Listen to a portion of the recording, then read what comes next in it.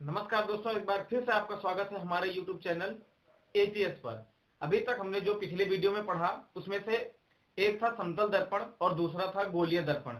तो आज हम जो जानेंगे वो गोलीय दर्पण के बारे में जानेंगे और गोलीय दर्पण के विशेष जो परिभाषाएं हैं, मुख्य परिभाषाएं हैं, उन परिभाषाओं को जानेंगे। तो सबसे पहले जानते हैं कि गोलीय दर्पण है क्या। गोलीय दर्पण क्या है? पहली हेडिंग है गोलीय दर्पण। यदि किसी कांच के खोखले गोले को काटकर उसके एक पृष्ठ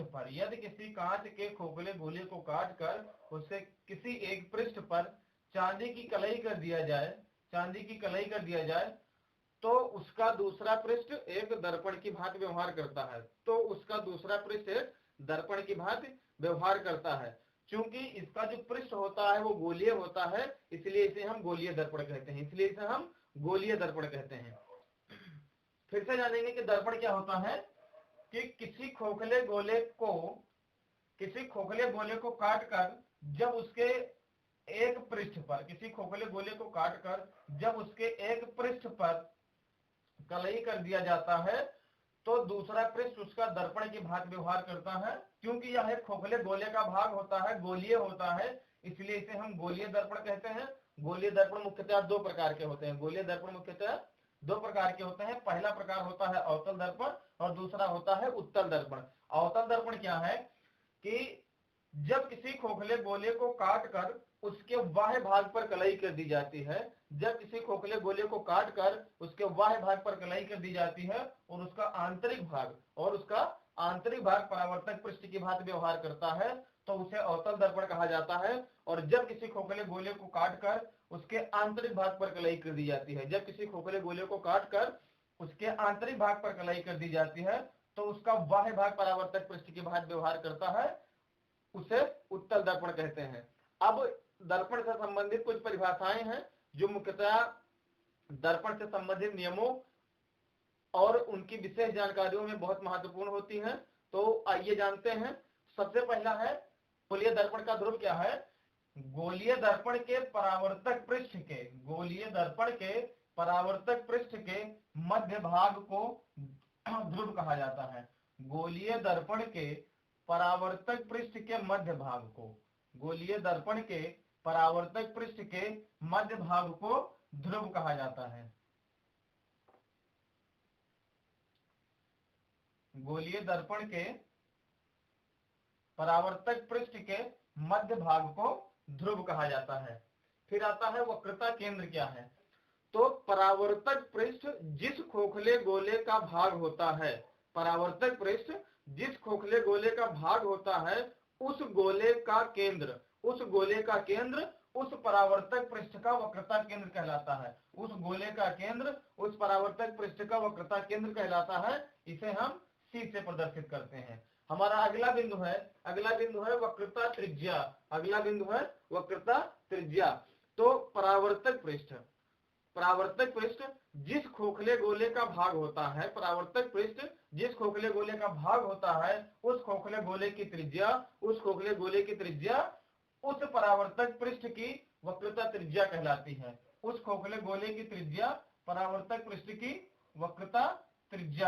है। वक्रता त्रिज्या को R से डिनोट किया जाता है या वक्रता त्रिज्या को हम R से लिखते हैं।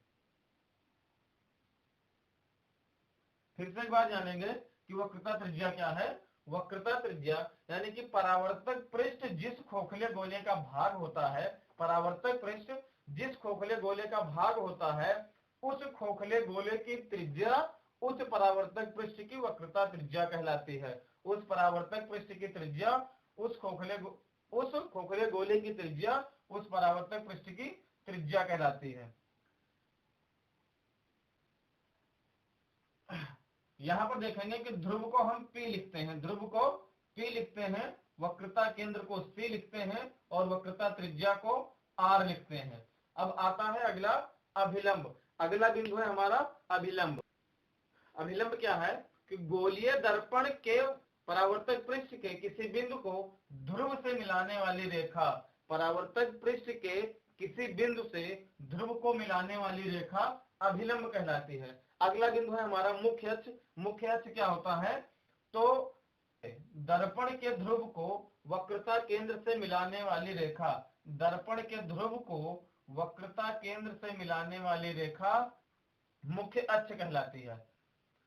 ध्रुव परावर्तक पृष्ठ के यानी कि दर्पण के ध्रुव को वक्रता केंद्र से मिलाने वाली रेखा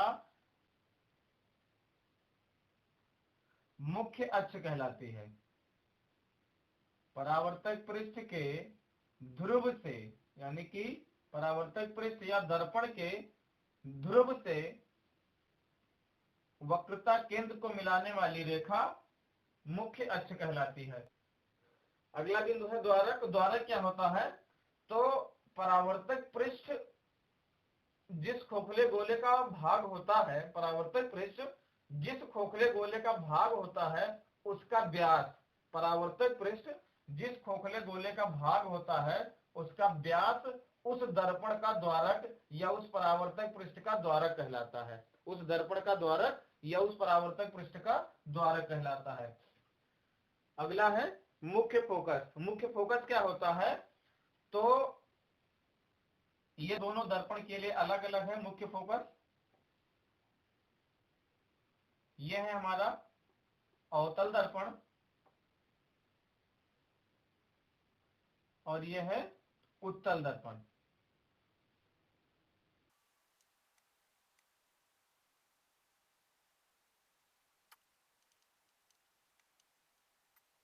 दर्पण में मुख्य अक्ष के समांतर, दर्पण में मुख्य अक्ष के समांतर चलने वाली प्रकाश की किरणें, मुख्य अक्ष के समांतर चलने वाली प्रकाश की किरणें गोलीय दर्पण से परावर्तन के पश्चात जिस बिंदु पर मिलती हैं, गोलीय दर्पण से परावर्तन के पश्चात जिस बिंदु पर मिलती हैं या जिस बिंदु पर मिलती हुई प्रतीत होती हैं, जिस बिंदु पर मिलती हैं या जिस बिंदु पर मिलती हुई प्रतीत होती हैं, वह बिंदु उस दर्पण का मुख्य फोकस कहलाता है। वह बिंदु उस दर्पण का मुख्य फोकस कहलाता है। फिर से समझेंगे कि किसी भी गोलीय दर्पण के मुख्य अक्ष के समांतर, किसी भी गोलीय दर्पण के मुख्य अक्ष के समांतर चलने वाली प्रकाश की किरणें गोलीय दर्पण के परावर्तक पृष्ठ से परावर्तित होकर, गोलीय दर्पण के परावर्तक पृष्ठ से परिवर्तित होकर जिस बिंदु पर मिलती हैं, ध्यान से देखिएगा यहाँ पर अवतल दर्पण में जिस बिंदु पर मिलती हैं या इधर देखिएगा कि जिस बिंदु पर मिलती हुई प्रतीत होती हैं, उत्तल दर्पण में मिलती हुई प्रतीत होती हैं। तो परावर्तन के पश्चात जिस बिंदु पर मिलती हैं या जिस बिंदु पर मिलती हुई प्रतीत होती हैं, वह बिंदु दर्पण का मुख्य फोकस कहलाता है। वह बिंदु दर्पण का मुख्य फोकस कहलाता है। अगला बिंदु है हमारा फोकस दूरी। तो दर्पण के ध्रुव से, दर्पण के ध्रुव से मुख्य फोकस तक के बीच की दूरी, दर्पण के ध्रुव से मुख्य फोकस तक के बीच की दूरी फोकस दूरी कहलाती है। फिर से समझिएगा कि दर्पण के ध्रुव से मुख्य फोकस तक के बीच की दूरी फोकस दूरी कहलाती है। अगला बिंदु है फोकस तल। फोकस तल क्या है? कि वह तल जो मुख्य फोकस से होकर गुजरता है, वह तल जो मुख्य फोकस से होकर गुजरता है फोकस तल कहलाता है। वह तल जो मुख्य फोकस से होकर के गुजरता है फोकस तल कहलाता है। तो ये था आज के लिए दर्पण यानी कि गोलीय दर्पण, उसके प्रकार और उसकी कुछ ऐसी परिभाषाएं जिनका प्रयोग निरंतर दर्पण से संबंधित सवालों में होता रहता है।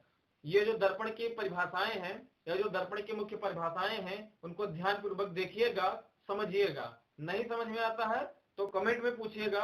आपको जिस बिंदु पर नहीं समझ में आया है उस बिंदु को मेंशन कीजिएगा, नीचे लिखिएगा और उस विषय में क्या जानना चाहते हैं वो भी लिखिएगा। आपके कमेंट का 100% उत्तर देने का प्रयास करेंगे। हमारे साथ जुड़े रहने के लिए धन्यवाद।